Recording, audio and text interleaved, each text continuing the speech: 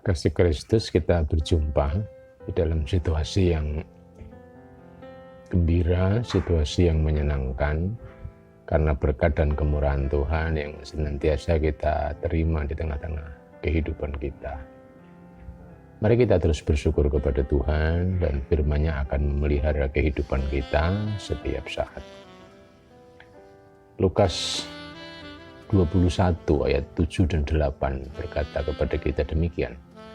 Dan murid-muridnya bertanya kepada Yesus, katanya, "Guru, bila manakah itu akan terjadi? Dan apakah tandanya kalau itu akan terjadi?" Jawabnya, "Waspadalah supaya kamu jangan disesatkan. Sebab banyak orang akan datang dengan memakai namaku dan berkata, 'Akulah dia,' dan saatnya sudah dekat, janganlah kamu mengikuti mereka." Kekasih Tuhan, sesuatu yang benar, sesuatu yang baik, sesuatu yang dapat dipercaya. Hari-hari yang kita jalani bersama ini, hari-hari yang kadang kita dibingungkan dengan sesuatu itu. Untuk menghilangkan kekhawatiran misalnya, banyak tulisan yang bisa kita baca bahwa kita harus berhati-hati. Mungkin kita harus pergi ke satu tempat dan seterusnya. Untuk menghilangkan tekanan misalnya, kita juga bisa membaca. Untuk kita bisa menenangkan pikiran misalnya, itu juga kita bisa merasakan bersama. Dan untuk apapun yang bisa kita temukan jawabannya di dunia ini sangat banyak. Dan bahkan kita sendiri bisa menciptakan itu. Bagaimana itu bisa terjadi? Murid-murid saat bertemu dengan Tuhan bertanya, "Tuhan, kok banyak yang benar ya sekarang? Banyak ajaran-ajaran yang mirip dengan Tuhan. Banyak ajaran-ajaran yang mirip dengan ajaran-Mu, sehingga kadang kami bingung menentukannya." Firman Tuhan yang baru kita baca ini adalah perjumpaan murid-murid dengan Tuhan Yesus Kristus. Dan dia mulai bertanya, "Tuhan, gimana nih?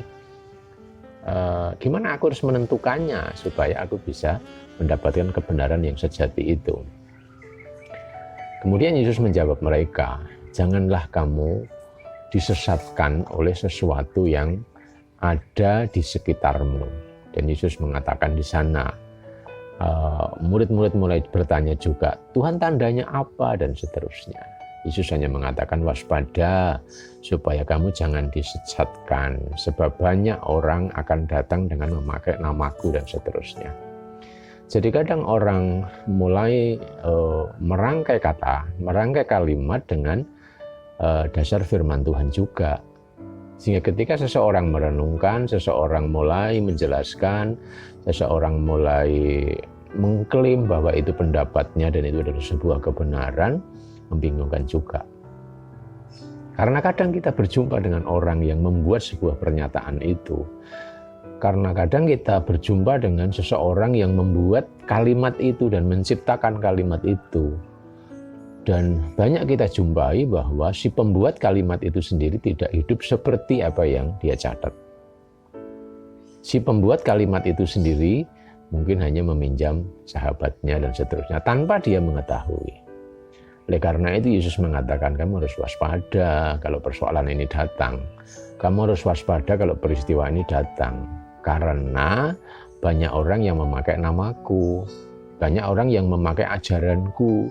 Banyak orang yang mulai berpikir bahwa seolah-olah kebenaran juga dia miliki.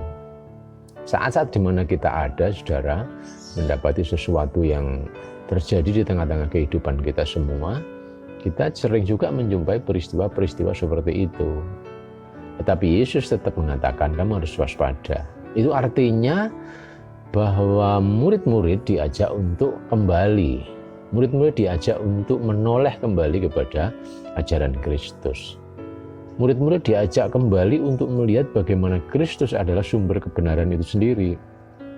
Karena di dalam Kristus, kebenaran itu sangat nyata. Lihat ketika Yesus mengajarkan kepada mereka, bahwa ketika seseorang harus mengasihi, harus mengampuni,